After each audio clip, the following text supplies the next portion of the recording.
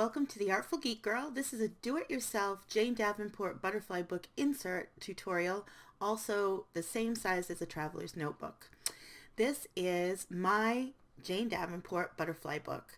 I bought the plain canvas cover and then painted it, and then bought one of her plastic covers to go over it.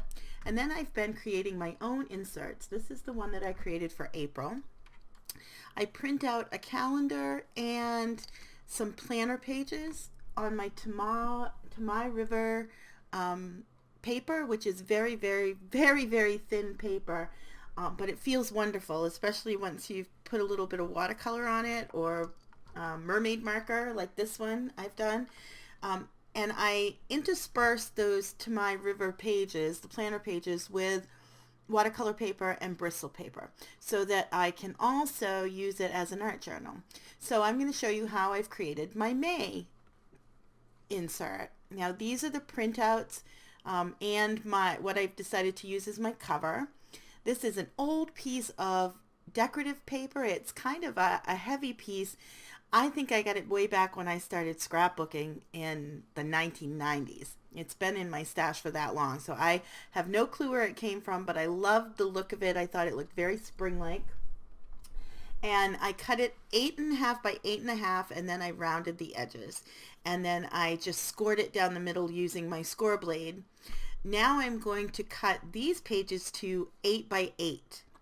And they print a little wonky on my computer printer, so I have to trim on one side and then trim on the other so that I get the size that I want.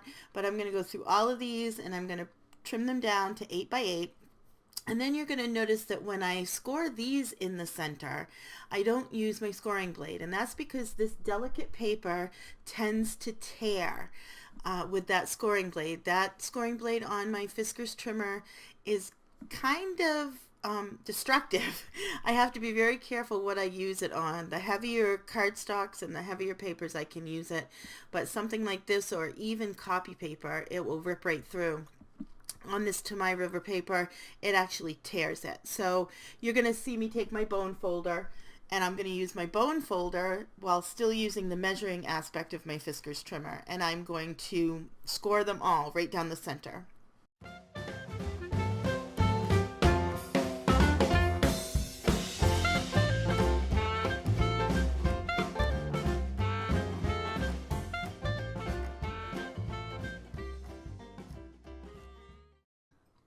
As I score these, you'll see me stacking them up in the order that I want them. I fold them over so that they fold like a booklet, and then I stack them in the order that they are going to go into my insert.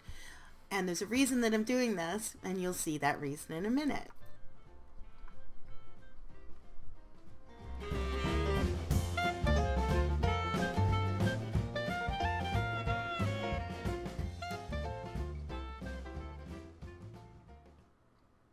Now I'm pulling out my Canson watercolor paper and Bristol, and I just take one sheet of each, and I'm going to cut it down to 8 by 8, except in this video I cut it to 8 and then forget to cut it to 8 the other way, so you're going to see me doing it after the fact. But you do want to cut it down to 8 by 8, and then I take my bone folder and I score down the middle and fold it in half. And this is where you're going to see me realize that, hey, I only cut that on one side. Oh yeah, it's kind of off center. See, we make mistakes while we do these things. You just fix them as you go. So then I have to trim off from the end of this one, and I've got my 8 by 8. So now I'm going to insert these, and I'm rounding the corners. I like the rounded corners because Jane Davenport's inserts actually have rounded corners for the butterfly book, so I round my corners, but you wouldn't have to. That's an old Creative Memories corner rounder that I've had forever.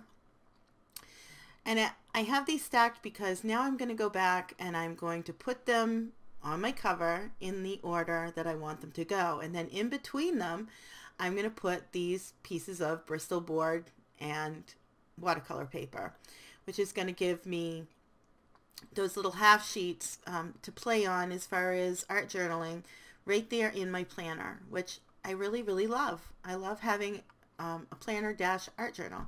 Now this is my We Are Memory Keeper staple board, and this is the first time I've used it, so I'm a little awkward with it this time, but it did work well. You'll see me pull a couple of staples out that I put in wrong, and the first one I put in was way too big and off center. So you'll see me pull that one out, and then I use the medium stapler, and it works really great. I just have to line it up along that line, and it takes a little bit of adjustment, and to be truthful, I pretty much got them right down the center, but I think the last staple that I put in is just a little bit off, but it wasn't enough to really make the book not fold well. I'm not a real perfectionist when it comes to doing this. As long as it works for me, I'm happy. First, I wasn't even going to put a center staple, and then I decided, no, I'd better, because if I added watercolors and acrylics and stuff like that, it was going to need that additional fastening in the center. So this is where you'll see me put one in, and when I went to do it, I bent the staple. You really you can't hesitate, which I did, and so I had to pull that one up and put it back in. But I really like the staple board. I've seen a lot of complaints about it, but I've used it on a few other things, and it worked great. And I was a little worried about this with the watercolor paper and the Bristol board, but it went through just fine. So I really love it.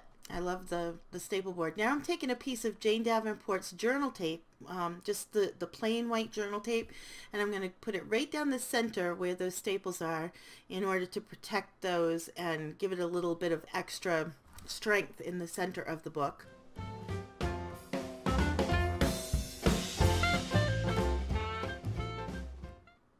And you'll see me continually creasing it. Sometimes I use the bone folder. I'll use my fingers. I use my hands. I just continually do that because the more I do that and the more I get those creases in there nice and tight, the better it's going to work when it gets into my butterfly book. So I keep pushing those creases down, pushing those centers down so that it opens and the pages flip the way that I want it to. I decided that yes, I wanted a little pocket in the front of this, so I just took a piece that was left over, rounded the corners, and I'm just going to put some Elmer's extra strength glue stick right along the very edges of that, and that will leave me a little pocket that I can tuck things in, movie tickets, little mementos, anything like that, little pieces of paper that I can do in. And then you're going to see me use that same glue stick, and I'm going to glue these first two pages together, because the first page is always my monthly calendar, and that's my at a glance. What I'll do is I'll just put important dates, and I'll just kind of star them, and then I wanted that attached to that first week. And then I'm going to go through and I'm going to do the same thing with the back, so that I don't have a blank piece of To My River paper there. Now, some months I leave that extra piece of paper. It depends what I think I'm going to need, but I didn't do so in this case. And then I'm going to take some Jane Davenport gesso, and I am going to apply it to the front of this because I need a spot to put May 2017. So I thought the gesso would work really well. And I really love her products. I love her products. I just got her gesso and her matte medium, and some of her acrylic paints. And you will see that I actually added some purple acrylic paint, and that's her matte acrylic paint, which is fantastic. You can stamp on it so well. And Tim Holtz alphabet stamps. And I'm just going to stamp May 2017 on the front. And that is it. My insert's ready to go. It's ready to put inside of my butterfly book. Thanks so much for watching. If you've enjoyed this, go ahead and give it a thumbs up. And be sure to subscribe to my channel so that you don't miss any of my videos. If there's something that you'd like to see, go ahead and give me a shout out in the comments.